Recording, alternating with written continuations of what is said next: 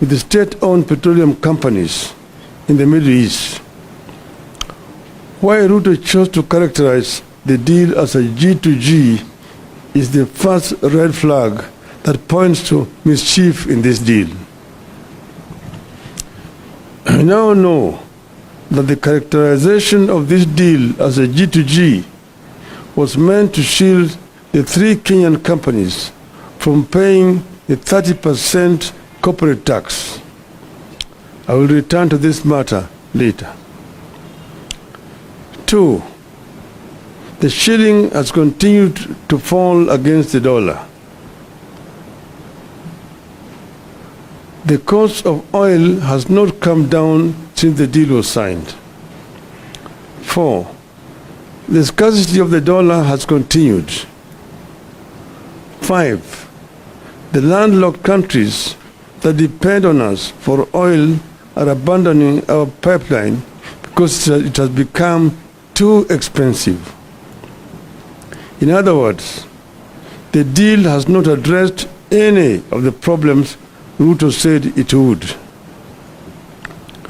When Ruto initiated this deal, the US dollar to the Kenya shilling exchange rate was 132.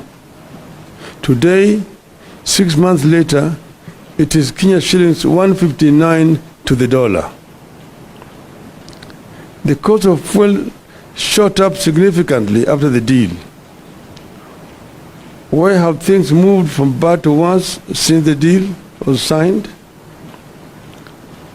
Well, the deal was a scam for which we now demand full disclosure and full accountability. It is corrupt and rotten to the core. It is state capture by Mr. Ruto and company and a conspiracy against the country. Ruto's collapsing the country while feeding Kenyans on lullabies. Other than keeping the cost of oil permanently high in Kenya, the deal is costing the country dearly in terms of trade in petroleum with the landlocked neighbors. It is shrouded in deep secrecy. To date, only 2 documents have been made public. That is, the Master Framework Agreement with petroleum trading entities and the Open Tender System Modified Agreement with marketers.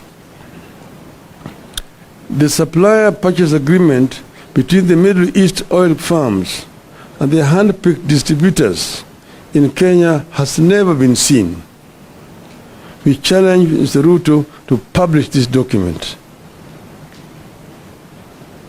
Nobody knows how Gulf Energy, Galana Oil Kenya Limited, and Oryx Energies Kenya Limited got nominated to handle local logistics. But the hand-picked distributors are selling oil to us at almost twice the price from bulk suppliers. These companies are also manipulating deliveries date ranges so that they can minimize on prices. We know that in August this year, 4 months after the deal, the government allowed Oryx Energies to sell oil at prices that had been inflated by 17%. In the RUTO deal, Oryx is a supplier of diesel to other oil marketing companies in the country. The excuse was to delay in discharging fuel at the jetty. This shady business model is being deployed by all the companies that were retained in the RUTO deal. They buy at low prices, delay discharging, then ask to be allowed to offload at higher prices, and the cost is passed on to the consumers.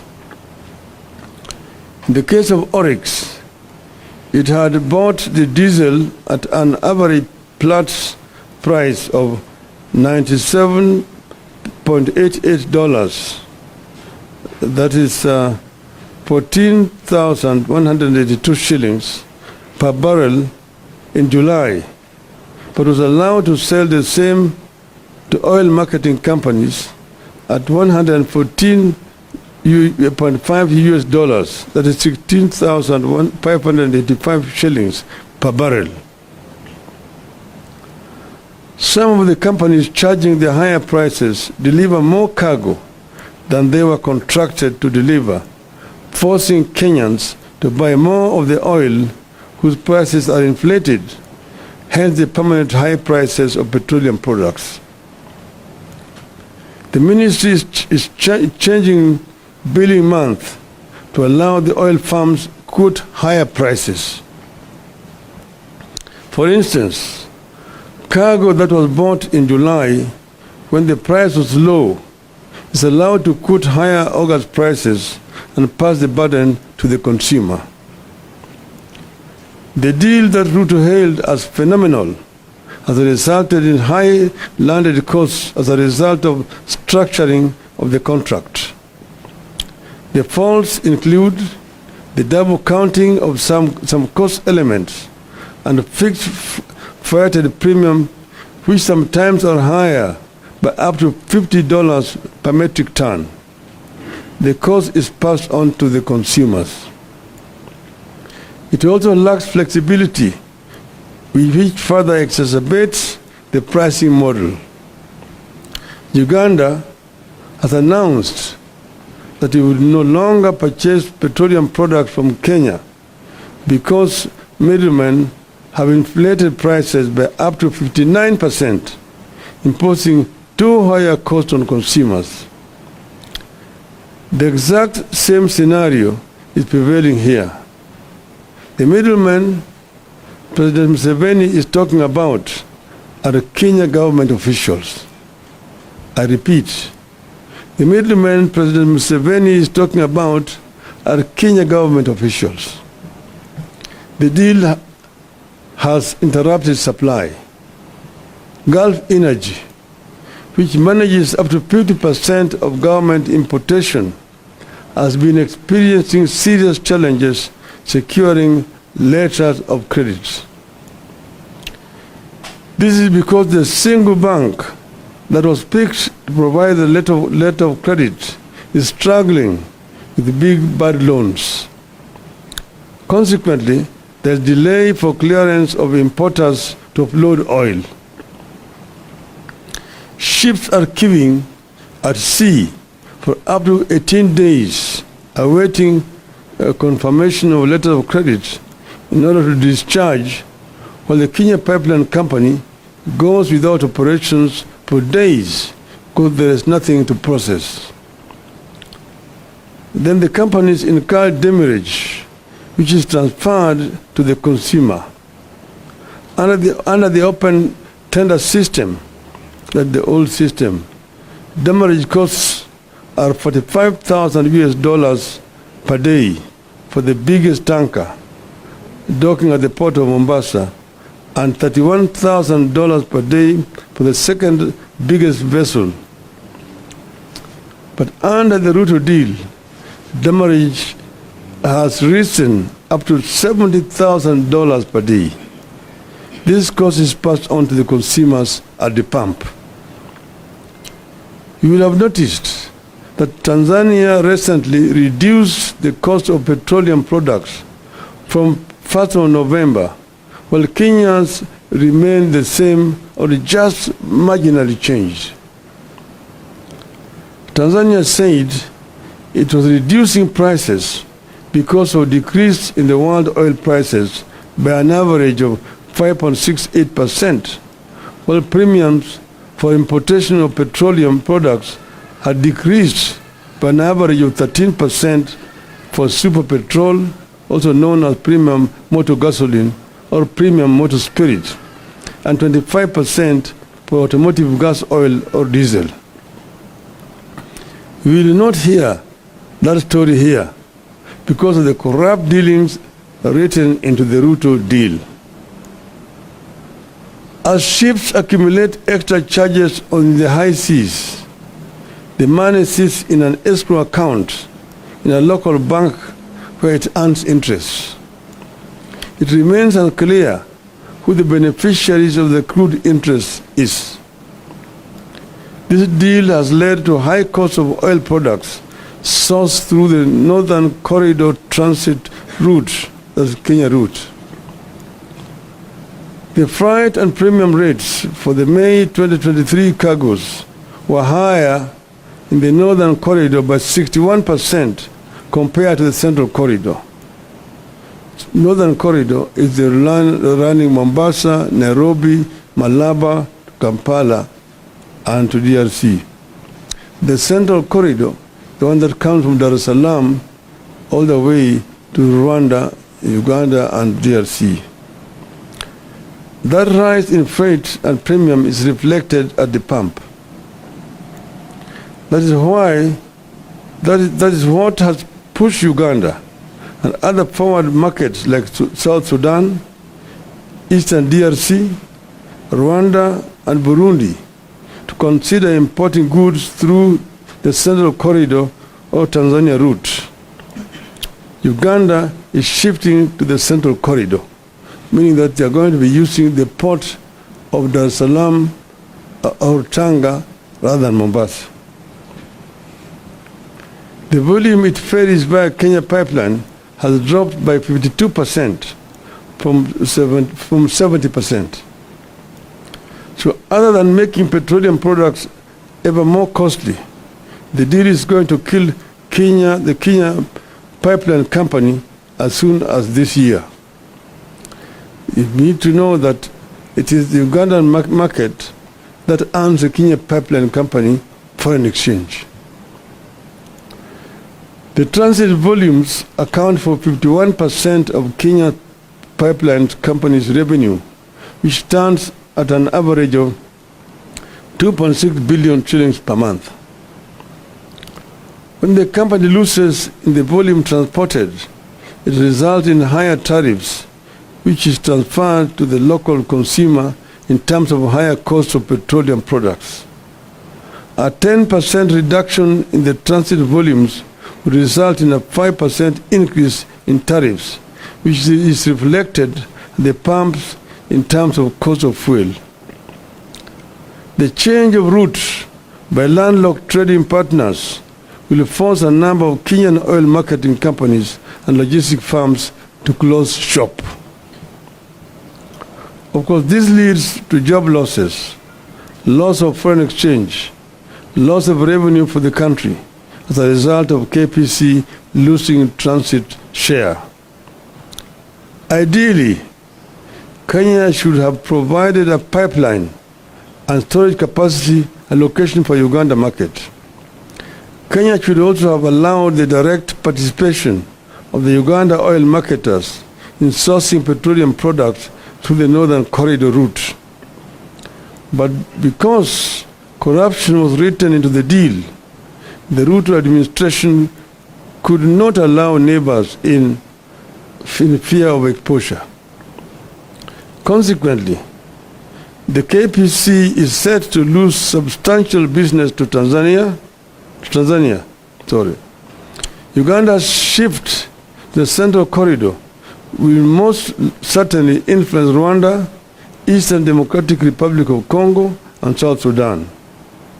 As KPC loses business, it will charge more for its product to stay afloat, hence the ever-rising cost of petroleum products. The deal only ended up creating irregular supplies and higher prices. Open tender system allowed for competitive sourcing of fuel. Monopolistic tendencies for purposes of maximizing profit goes against the demand for efficiency and the need for lower prices. It is going to drive a number of oil marketing firms out of business, leading to job losses and loss of revenue for the government. The deal that Rutos signed with the oil companies has excessively high freights and premiums compared to those witnessed in the open tender systems. They are as high as an additional $50 per metric ton. In the end, Kenya is losing billions of shillings in taxes because the three companies picked to spearhead this deal do not pay the 30% corporate tax. Shielding the three companies from this tax is the reason Ruto told Kenyans that it was a G2G deal. Your guess is as good as mine on who is pocketing the unpaid corporate tax. But the burden of the unpaid corporate tax is passed to Kenyans at the pump. Now, ladies and gentlemen, our stand as Azimio. 1. Ruto must immediately cancel the contract and revert to the open tender system, which ensured guaranteed supply of petroleum products. It has assigned responsibility to various players as opposed to the so-called G2G that is making Kenyans depend on inefficient and corrupt players. The open tender system was efficient, accountable, and competitive, and offered prices commensurate with international pricing model. 2. The Ethics and Anti-Corruption Commission needs to move in, not to sanitize, but to get to the bottom of how and why we got into this deal and who is benefiting from it. 3. The men and women who came up with this self-serving deal must be surcharged and sacked. 4. The government must restore taxes to 8% from the 16% that came with the Finance Act. 5. The government must make public the so-called MOU between Kenya and Saudi Arabia and the United Arab Emirates. 6. The Ministry of Energy and Petroleum must make public the deal is signed with oil companies. 7. The Ministry of Energy and Petroleum must make public the supplier purchase agreement it signed with the oil companies. 8. The EACC and the Director of Criminal Investigations must investigate the tax compliance status and pricing model with the three oil companies. 9. We need a comprehensive brief on what the move by Uganda to pursue much of its petroleum needs through the Tanzanian Central Corridor means to our country, especially to the future of the Kenya Pipeline Company. End of statement. Thank you.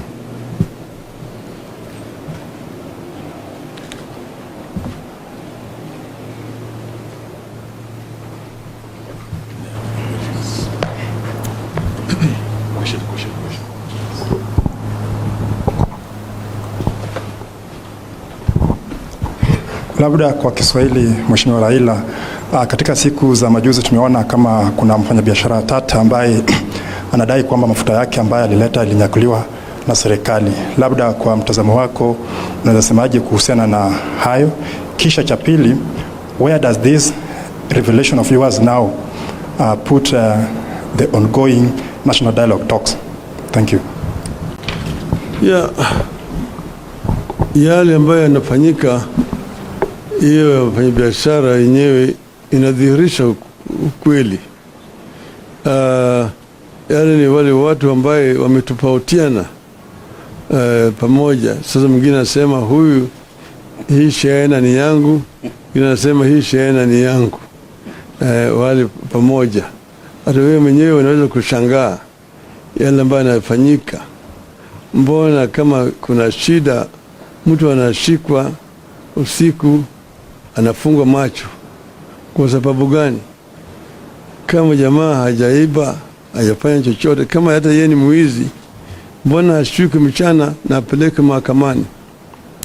Ni wao wezi wawili wanashikana peke yao. Upande mwingine sisi tuko na na washirika wetu ambayo sisi tulituma kwa yale mazungumzo. Mmoja wao ndugu Eugene Wamala yuko hapa. Sisi tuliwaambia katika yale majadiliano kuna maneno ambayo sisi hatuwezi kuacha nje. Tuweka masharti, atukuna maneno ambayo mpaka tupate suluhu, hasa yale ambayo yanahusu wananchi wenyewe. Kwa mfano moja yao ni gharama ya maisha. Tumesema gharama ya maisha mpaka irudi chini. Hiyo ni moja ya masharti ya mazungumzo yetu. Ingine ni kuundwa kwa tume ya uchaguzi. 3 ni ukaguzi ya matokeo ya uchaguzi iliyopita. 4 ni mambo ya kutuingilia kwa vyama vingine vya kisiasa. Kuheshima kwa vyama vya kisiasa. Yale ya masharti. Lakini muhimu zaidi ni gharama ya maisha lazima irudi chini. Na wao wamesema vile inawezekana.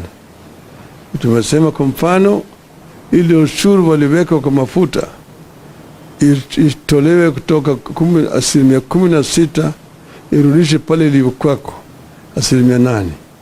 Hiyo ni moja yao. Na kadhalika na kadhalika. So tumesema kama hawawezi kukubali basi haviendi. Tumesema kama hawawezi kukubali yale, hiyo tunasema hakuna mazungumzo, hakuna maafikiano.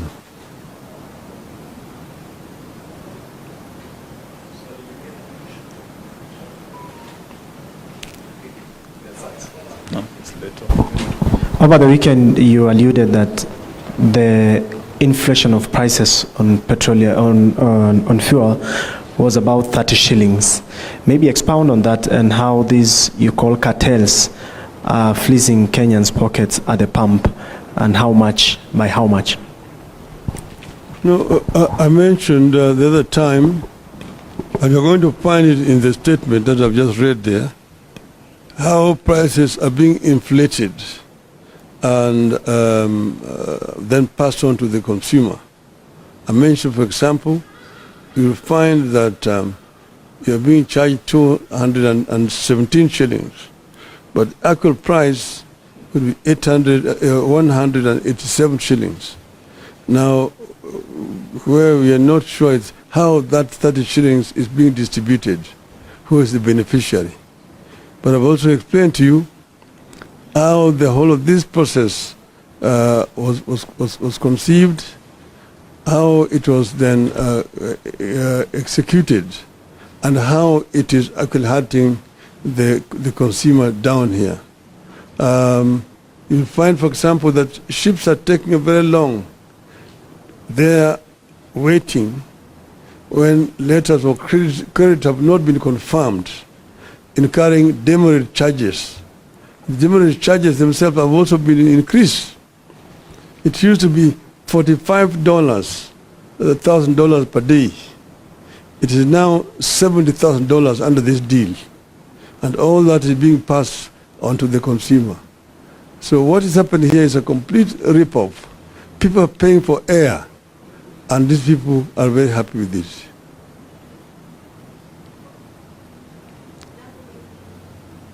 Langu ni ombi tu kama unaweza fafanua kwa lugha ya Kiswahili ujumbe wako kuhusiana na swala nzima la mafuta. Tumesema kwanza tuliambiwa ati hii mpango ni serikali na kwa serikali. Yaani ndio kwa Kiswahili inaitwa G2G, government to government. Lakini thibitisho iko hapa ya kwamba sio mpango ya serikali kwa serikali.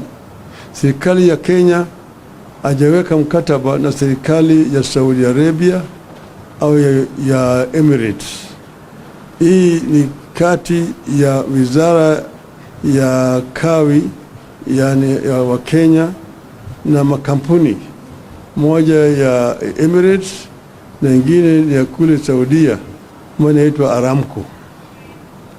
Alafu sasa wao hapa makampuni mengine matatu wamepewa kandarasi. hakuna mtu anajua vile hizo kandarasi lipewa. Manake zamani kulikuwa na kitu ambacho inaitwa open tender system.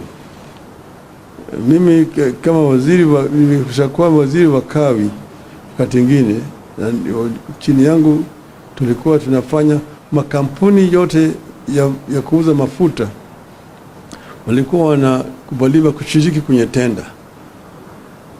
Kufanya tenda, alafu unachukua yule ambaye kuna bei ya chini zaidi. Sasa hiyo kampuni ndio inapewa ruhusa ya kwenda kuleta mafuta na kuwauzia wale makampuni zingine hapa. Ikifika tena baada ya miezi mitatu, hiyo tenda nyingine inafanyika namna hiyo. Lakini sasa hiyo imetolewa. Sasa serikali ndio inanunua kutoka katika hizo makampuni mawili ya Saudia na ya Emirates, alafu inakuja kuuzia watu hapa. Lakini hata hakuna ubaya na hiyo. Kinafanyika ni kwamba katikati hapo wameweka vikwazo zingine, alafu ujanja zingine hapo ambayo wanazidisha naye bei. Kwa hivyo bei inakuwa juu zaidi kuliko kama ingekuwa inakuja under ile OTS system.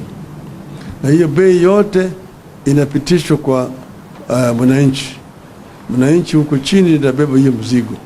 Kwa sababu ya yote pale ambayo yao jamaa wanakula hapo katikati, hapo kuna hii panya ambayo inakula hapo katikati, hiyo ndio inasukumwa kwa wananchi hapa. Na kwa kila lita ambayo unanunua kuna shilingi 30 ambayo imewekwa zaidi juu yake.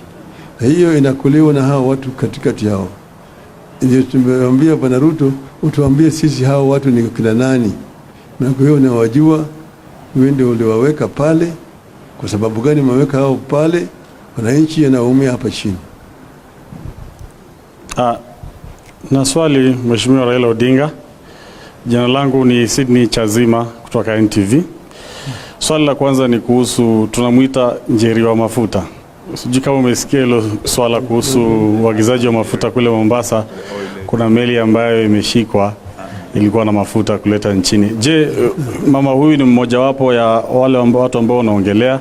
Alafu swali la pili, tulimsikia Mheshimiwa Kalonzo Musyoka akisema hivi majuzi kwamba ikiwa mazungumzo ya uwiano kati ya Azimio na Kenya Kwanza hayataendelea mbele, basi mnaweza rejea katika maandamano. Je, hilo ni wazo sawia na lako?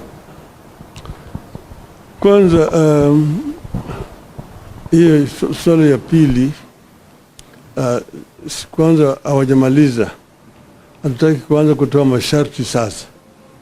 Wakifika wakati ambayo itakuwa wametofautiana kabisa, hakuna mafikiano, sisi wenyewe tutatoa taarifa yetu. Kwa wakati hii sitaki kutoa hata vitisho vingine. Itaonekana ya kwamba sisi tunatoa vitisho, manake hatutaki watu wawe na mafikiano. So bado tunawapatia fursa kuongea. Pili, huyo mama mafuta, huyo mama so mamona na unajua biashara ya mafuta, unajua gharama yake, pesa ambayo inatakikana ufanye biashara ya mafuta bilioni 17. Angalia sura yake kama